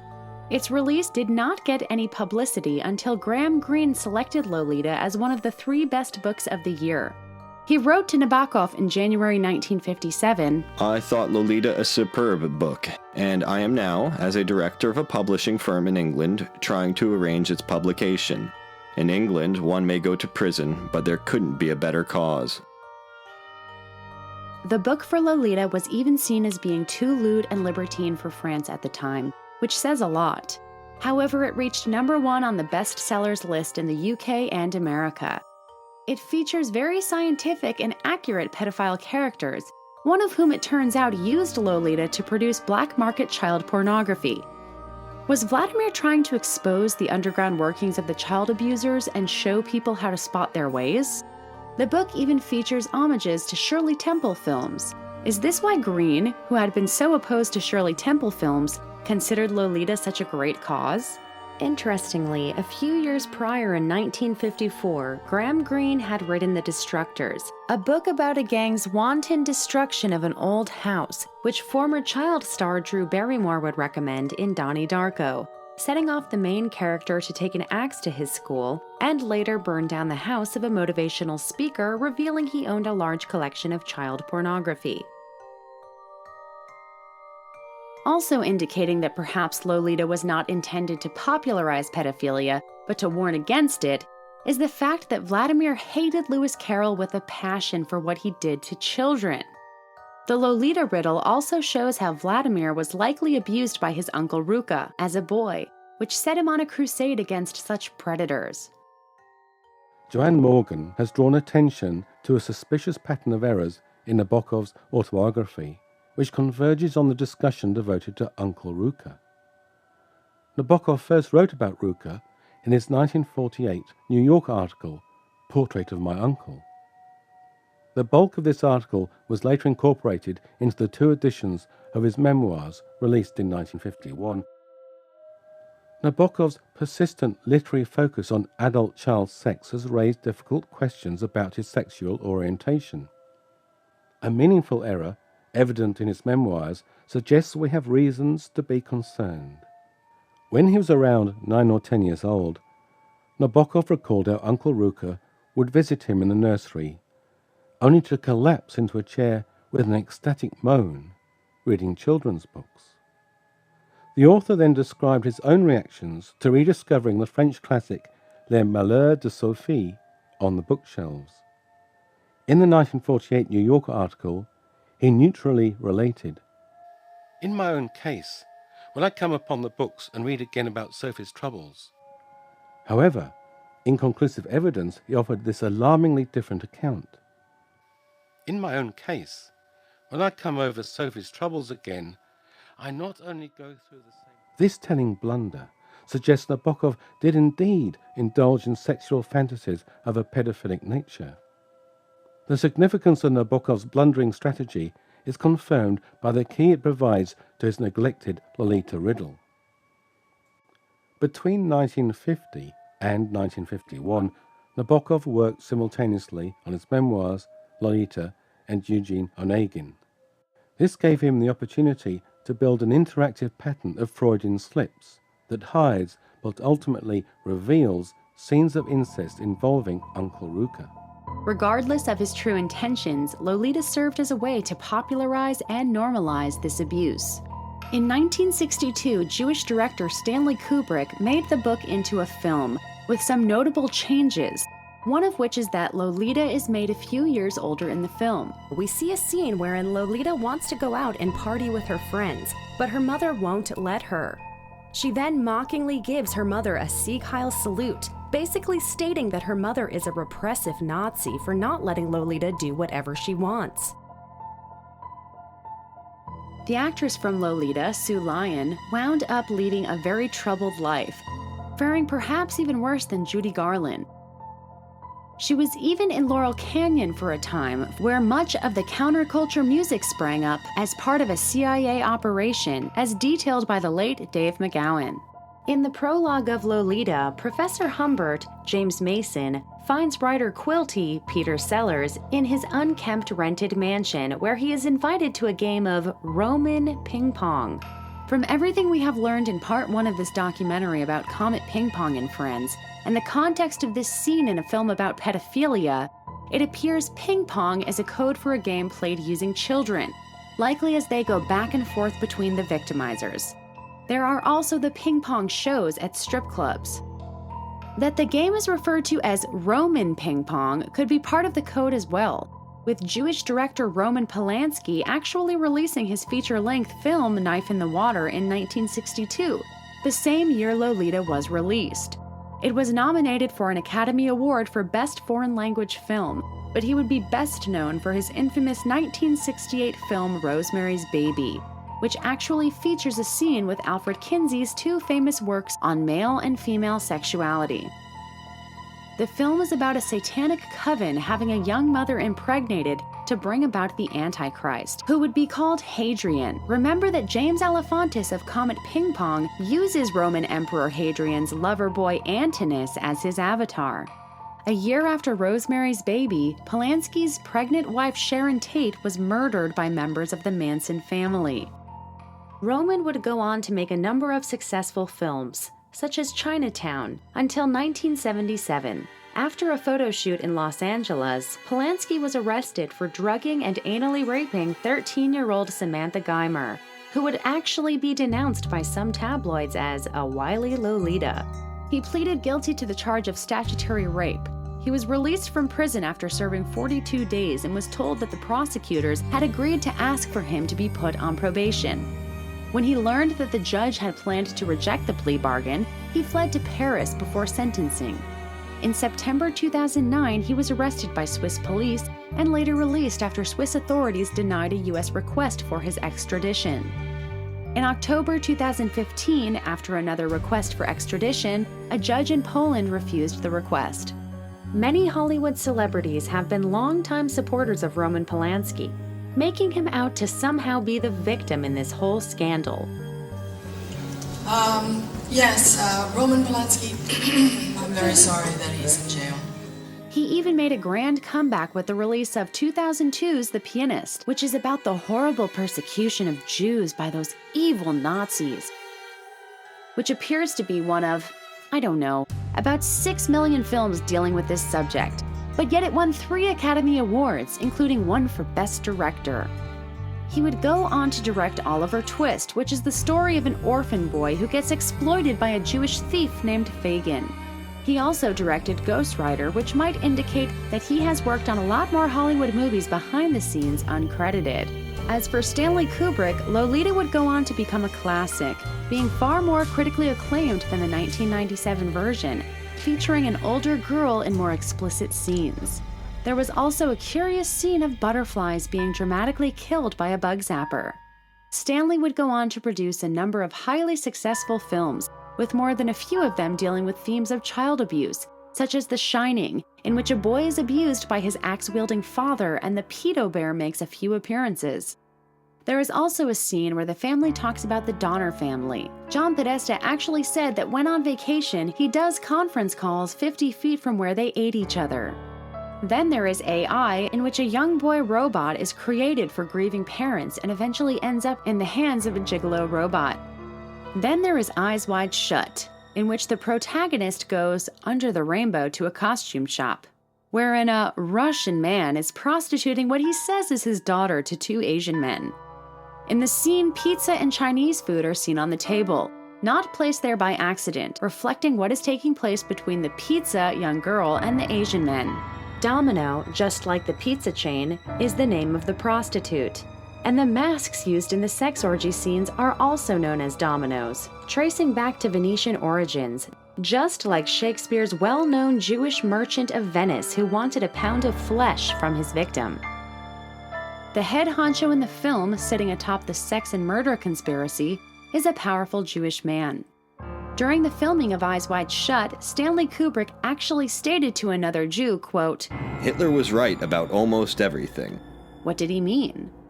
One of these things Hitler was right about is the plague brought by Jewish influences, not just through their dominance of banking in the Weimar Republic, but also through the trafficking of children for sex and sadism in depressed Germany, particularly in Berlin before the National Socialists shut it all down. Did Stanley know about all of this and more? We will not really know, since he would soon be found dead and Eyes Wide Shut would be greatly edited down, with many important scenes cut from the film. This was also the case with AI, with Steven Spielberg stepping in as the director. The future seen in AI has already come to pass, with robots and even sex bots now rapidly replacing humans. It's amazing how quickly fiction becomes reality. Back when Kubrick was first getting started, America was a far different place than it is today. Using the butterfly metaphor, America was still a lowly caterpillar, not yet transformed by the counterculture of the 60s and the butterfly effect it would have. What many to this day still do not recognize is the synthetic nature of this movement. We can look at 1955's Eros and Civilization by Herbert Marcuse, another Frankfurt School Jew, as something of a blueprint for what would be unleashed. In this book, Marcuse attempted to marry the theories of Freud and Karl Marx, which had been unsatisfactorily attempted by Wilhelm Reich. Freud claims that a clash between Eros and civilization results in the history of man being one of his repression. Our civilization is, generally speaking, founded on the suppression of instincts. Sex produces the energy, and it is repressed so the energy can be channeled into progress. But the price of progress is the prevalence of guilt instead of happiness. The book called for polymorphous perversity, a concept crafted by Freud. It posed the idea of sexual pleasure outside the traditional norms. Eros and Civilization would become very influential in shaping the sexual revolution of the 1960s. Unlike the fascism of their enemies, which they said was based on fear and destruction, the conspirators here wanted a form of democratic fascism controlled through the application of love, or more accurately, lust. This is somewhat similar to the control system implemented in A Brave New World by Aldous Huxley, who had dined with Aleister Crowley and can be seen as an architect of the MKUltra program, as well as the Tavistock Institute, Not only did he set up much of the framework of the 60s revolution through ISIS cults he established in California in the 1930s, he also played an active role in the counterculture to come. One of the first people to popularize and spread LSD in the 1950s was Captain Alfred Hubbard, formerly a high-ranking OSS officer who was likely then working with the CIA. He would be the person to first dose Aldous Huxley, opening up his doors of perception, along with thousands of others, setting the stage for the acid culture of the 60s. There was also the work of the beatniks, or beat poets of the 50s, with Jack Kerouac and Jew Allen Ginsberg, whose 1956 book Howl railed against the conformist and destructive nature of the United States, while also glorifying the usage of hard drugs, homosexual acts, sex with children, incest, and other deviant acts. Ginsberg famously said, "We'll get you through your children." This is the foundational basis for the free love counterculture in which Ginsberg and his associates, such as Professor Timothy Leary, would play a large role. They wanted people to tune in, turn on, and drop out. Of course, a group of intellectuals and scientists are not able to infect the population at large without help, and this is where the mind control research of the 50s comes in, as it was applied on a mass scale through television coverage, musical events, with the most notable being Woodstock, and the free distribution and promotion of LSD and other mind-altering substances. This was the role of Ken Kesey's band of merry pranksters and their electric Kool-Aid acid tests. This can be traced back to the CIA, Jewish influence, and even the state of Israel, especially in regards to the manufacturing and distribution of LSD. Although many different people and organizations were working together surreptitiously at the time, it has since come to light that most were all connected and working in concert. In his autobiography Flashbacks, 1983, Timothy Leary credits Cord Meyer, the CIA executive in charge of funding the counterculture, with, quote, "helping me to understand my political cultural role more clearly." In the book Mass Control by Jim Keith, Leary admits to being a witting accomplice of the CIA. Elsewhere he says, "The liberal CIA is the best mafia you can deal with in the 20th century." While Leary was dosing the population with LSD, R. Gordon Wasson was promoting the spiritual powers of magic mushrooms. But it came to light that Wasson's 1956 expedition was funded by the CIA's MKUltra sub-project 58. The late Dave McGowan has detailed how many pop culture icons have their origins in the Laurel Canyon scene and can be connected to intelligence operations. These characters we have seen as rebels against the system have almost always turned out to be willing agents of the system. They have accurately been described as lifetime actors. Herbert Marcuse would publish Repressive Tolerance in 1965, as the various social movements in America were in full swing. In it, he argued that tolerance of all values and ideas meant the repression of correct ideas. It was here that Marcuse coined the term liberating tolerance. It called for tolerance of any ideas coming from the left, but intolerance of those from the right. One of the overarching themes of the Frankfurt School was total intolerance of any viewpoint but its own. With the promotion of far-out, nonconformist lifestyles, hippies, freaks, deadheads, Black Power militants, and feminists, led by Jewish CIA agent Gloria Steinem, came the further normalization of homosexuality and gay rights, and right along with it, the people pushing for rights for child predators. Founder of the gay rights movement, Harry Hay, a communist professor who was greatly influenced by the work of Kinsey and Aleister Crowley, was to become an open supporter of NAMBLA, the North American Man-Boy Love Association, who he would be sure to include in their parades, even holding a sign in the 80s, "NAMBLA walks with me." Also there with him, extolling the virtues of sodomizing young boys, was Allen Ginsberg. Both of these men are still held up as heroes to this day. Along with the ideologies and actors, the signs and symbols of this manufactured movement need to be reevaluated with new eyes. For example, the famous peace sign, which was originally used to protest nuclear weapons, is an inverted algis rune, otherwise known as the life rune. It could be seen throughout National Socialist Germany, being used by almost every women's group, symbolizing the mother's essential role in bringing about new life. The symbol itself can be seen as a human with its hands outstretched to the heavens. By inverting this symbol, the counterculture creators were making it into a death rune, representing passivity, surrender, and defeat. They turned us all upside down. Emerging from this tumultuous time were a number of infamous cults linked to child abuse. Scientology is one such cult that emerged right after the formation of MKUltra, along with a number of other organizations interested in unlocking human potential. A different Captain Hubbard than the one who dosed people with LSD would be at the helm of this new religion.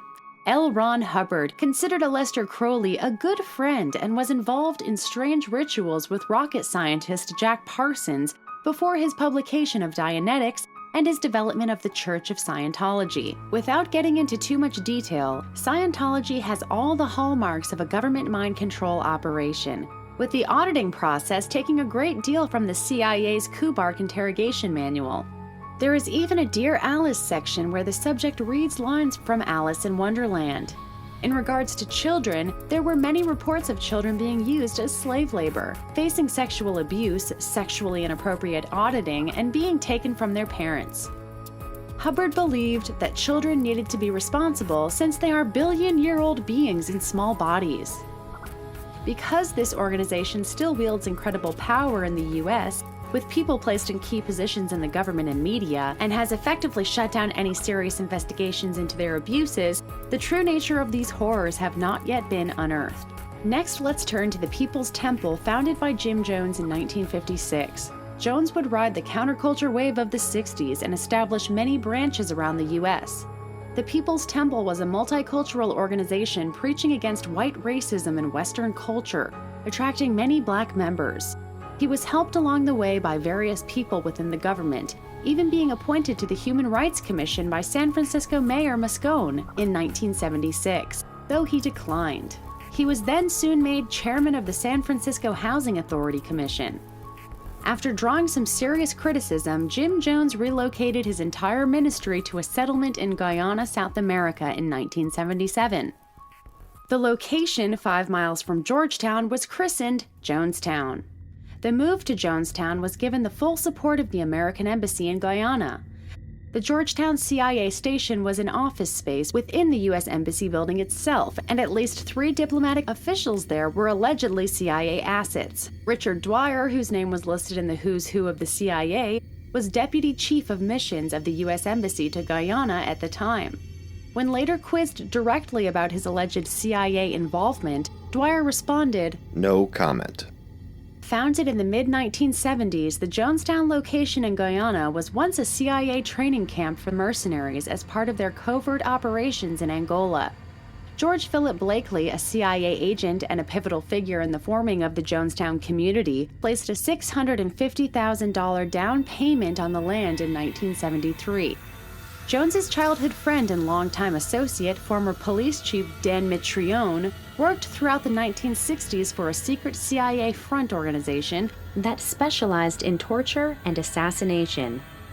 It turns out he was in Brazil at the time, not too far from Jonestown, possibly acting as Jim Jones's handler. The CIA had a file on Jones, but they later claimed it was empty.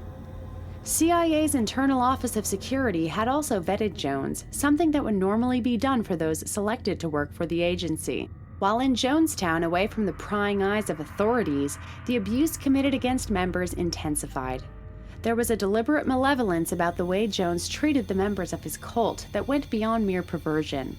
It was all about forcing members to experience themselves as vulgar and despicable people who could never return to a normal life outside of the group. It was about destroying any personal relationships that might come ahead of the relationship each individual had with him. It was about terrorizing children and turning them against their parents. It was about seeing Jim Jones as an omnipotent figure who could snuff out members' lives on a whim, as easily as he had already snuffed out their self-respect.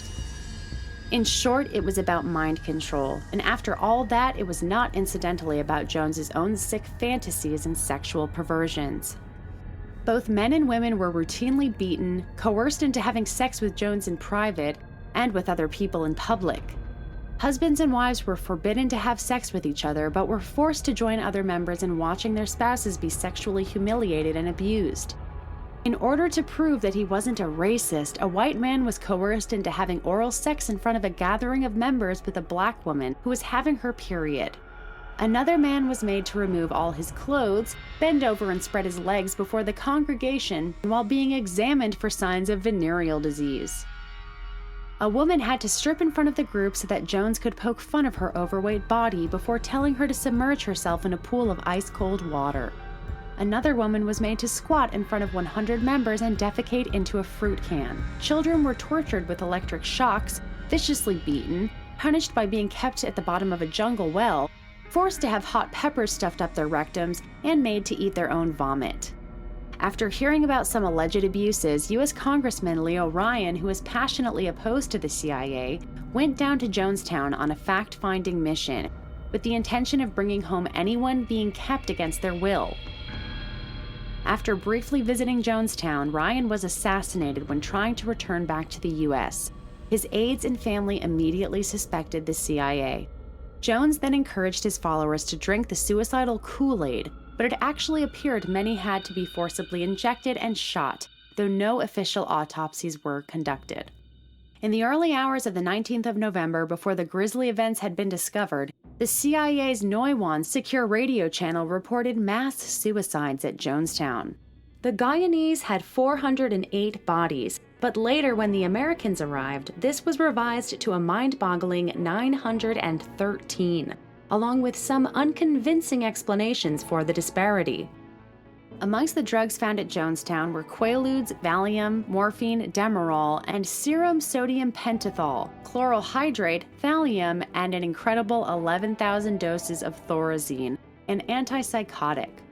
Many of the substances were noted for their mood-altering and hallucinogenic properties, exactly the kind of drugs the CIA had employed in their experiments. Congressman Leo Ryan's family filed a lawsuit 2 years later alleging that Jonestown was an extension of a clandestine CIA mind control operation called MKUltra. Now let's consider another popular cult tied to child abuse, founded in Huntington Beach in 1968. Teens for Christ was founded by David Berg, who was raised in an evangelical home and was eventually kicked out of a church for sexual misconduct. He would become known as Moses David in his new cult. Because of complaints of sexual misconduct again and financial abnormalities, Berg dissolved the Children of God and founded the Family of Love. The Family of Love was based on spreading the gospel through a process called flirty fishing, literally acquiring new male members through sex. Female members would go out and bring male members into the fold by having sex with them. The women that engaged in this practice were called God's whores within the group. This was seen as a very good thing. Between 1974 and 1978, female members of the group had sex with nearly 250,000 men. Of course, most of these men did not join the fold. In addition to flirty fishing, the group also engaged in the promotion of sexual expression between children starting as young as age 2 and included sex between adults and children. The group sought to minimize reports of this abuse once it got out, but former members of the group consistently state that it was widespread and accepted. 2 of Moses' daughters and a pair of his granddaughters, among others, publicly accused Moses David of childhood sexual abuse. The Story of Davidito is a 762-page book the cult published to commemorate the very active sex life of young Ricky Rodriguez. Lil Ricky was the son of Karen Zerbies, who reportedly had sex with Ricky when he was 12. The book graphically described the sexual abuse of Ricky, such as his receiving oral sex from a woman when he was only 20 months old. Ricky had actively been groomed to take over the cult upon Moses David's death. But in 2005, full-grown Messiah-to-be Ricky Rodriguez, after vowing revenge on the child molesters who raised him, stabbed a female cultist to death before shooting himself in the head. A number of actors, such as Rose McGowan, as well as River and Joaquin Phoenix, grew up in the Children of God cult. It even came out that alternative media guru Zen Gardner had been acting as a PR agent for the group. Life in the Soul Clinic is patterned after an Israeli kibbutz. To allow parents to devote full time to their assigned duties, younger children are cared for in a communal nursery. Most of the babies were born at the camp without a doctor's help. The girls who care for them are called metapelet, Hebrew for nanny. As on most Israeli kibbutzim, there is a 24-hour security guard to keep out unfriendly visitors. Eventually, the children of God hope to establish a commune in Israel, and they are fervent admirers of the Jewish state. There are a number of other examples of mind control cults that emerged during and after this time period with ties to great power, such as Sun Myung Moon's Unification Church. But the last example that we will mention is the Manson family. Charles Manson was in jail for much of his formative years, but still managed to write a song for the Beach Boys. By interpreting lyrics from the Beatles, Manson saw an unfolding race war on the horizon and wanted to outlast the carnage underground with his family, and then emerge to rule over the victorious but easily manipulated blacks. He called this Helter Skelter, and when it didn't materialize, the Manson family set out to make it happen. However, government whistleblower Charles Schlund suggests that Charles Manson was in fact a social experiment, and that the CIA had not only been supplying drugs to the Manson family, but also funding their living. Tex Watson, who was a family member and one of the convicted Tate LaBianca murderers, claimed that in the months leading up to the murders, the Manson family had been taking a drug called Orange Sunshine, which was manufactured and distributed exclusively by a group known as the Brotherhood of Eternal Love, where one of the dealers, Ronald Stark, had known connections to the CIA. Apparently, the CIA was using Manson, as well as the drug culture of hippies, as a way to discredit the anti-war movement, which was proving to be disastrous to the efforts in Vietnam. The Manson murders sounded the death knell for hippies and all they symbolically represented. They closed an era. The 60s, the decade of love, ended on that night, on the 9th of August, 1969. Although the 60s wave would come to an end, the Mind Control Project only shifted gears. The sometimes high-minded ideals of anti-war activism was turned into a hedonistic me culture. Gone were the flowers, but the damaged people remained. Introspection, change yourself instead of actually trying to change the power structure. Again, making sure there is never a real threat to their ruling power. The technotronic era involves the gradual appearance of a more controlled society. Such a society would be dominated by an elite unrestrained by traditional values. In 1972, the pornographic movie Deep Throat was released onto the public, becoming a much-discussed aspect of culture and ushering in the golden age of pornography in America. It was further pushed onto the public through the Watergate scandal, in which the leaks were coming from a person using the code name Deep Throat, as reported on by two Jewish reporters, Woodward and Bernstein. While sexual imagery has long been with humanity in various ways, the pornography industry in America has been dominated by Jews, going back to the beginnings of the motion picture industry. Here is a short clip of Mike Kulich of Monarchy Distribution and Rabbi Gary Katz talking about how Jews dominate pornography and some of their motivations. Jews in the adult industry, there's a lot of them. It was pretty much founded by the adult industry, or I'm sorry, the Jews. I had a couple beers. The adult industry was pretty much founded by the Jews.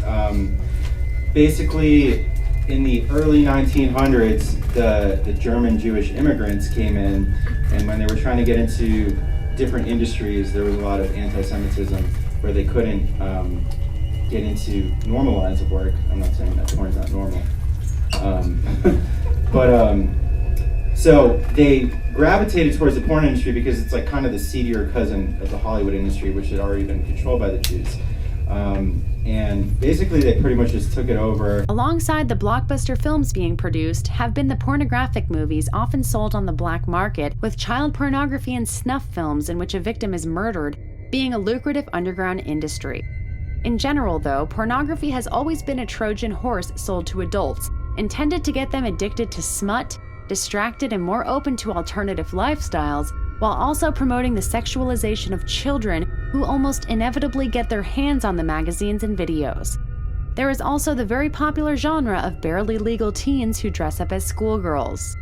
Playboy has been one of the most successful pornography brands since 1960, with Hugh Hefner employing a team of Jewish editors, artists, and authors who would repeatedly promote the science of Alfred Kinsey. In 1978, Playboy published a book review of Sex Without Shame, encouraging the child's healthy sexual development by pediatrician Dr. Elaine Yates, which stated that infants within the first year of life will joyously masturbate and argues that we need to stop shaming sexy children. Yates dedicates her book to My Sexy Children, and Chapter 11, Keep It in the Family, opens with a motto attributed to the pedophilia-promoting René Guyon Society, Sex Before 8, or It's Too Late. Incest is not ordinarily accompanied by brutality, she writes, adding, it feels good and gets better with practice.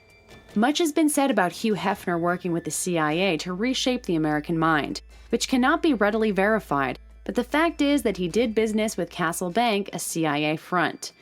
Playboy is such a household brand that it is not even a big deal that the current US president was featured in a softcore porno movie, spraying champagne on the Playboy logo. It also does not seem to matter that the First Lady has multiple pornographic images available online. While opposition to the pushing of pornography on the public arose at times, it was repeatedly squashed under the guise of protecting the free speech guaranteed by the First Amendment. Such as was the case with Larry Flynt and his Hustler magazine in the famous 1988 trial, Hustler Magazine v. Falwell. Now we live in a world filled with smut at every turn. We have porn everywhere. 50 Shades of Grey was advertised through the mainstream media as mommy porn. First, some controversy over Target stores selling 50 Shades of Grey merchandise. John? Well, Carol, the movie 50 Shades of Grey is sparking a cottage industry of romantic toys and aids that tie in with the movie. But one big retailer is now taking heat for cashing in. Target stores are selling licensed 50 Shades memorabilia, from blindfolds to candles to vibrating, never mind. But a viral photo on Facebook shows these items right next to children's toothpaste and toothbrushes at one store. Romance novels have been around for a long time. That's nothing new. But the latest phenomenon in erotic fiction, 50 Shades of Grey. It's mesmerizing women all over the country and has proven to be in a class of its own. As ABC 15's Stephanie Hockridge explains, the book has been dubbed mommy porn. And there are even pornographic descriptions of non-sexual things, such as food porn and home decor porn from Domino, which is very much a Pizzagate-related name, whether it was intentionally done or not. Also, crucial in the promotion of pornographic culture was the music industry. This was not only done through their lyrics and stage performances, with Elvis the Pelvis soon giving way to much more explicit gyrations, but also through the album covers themselves. A number of these covers even feature pictures of nude young children.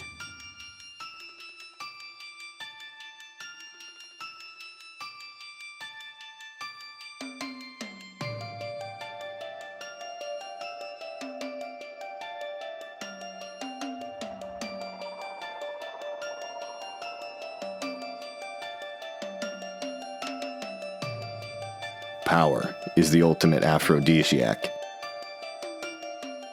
Alongside the sex, drugs, and rock and roll of the 1970s emerged the phenomenon of the serial killer, which would terrorize the public for decades to come.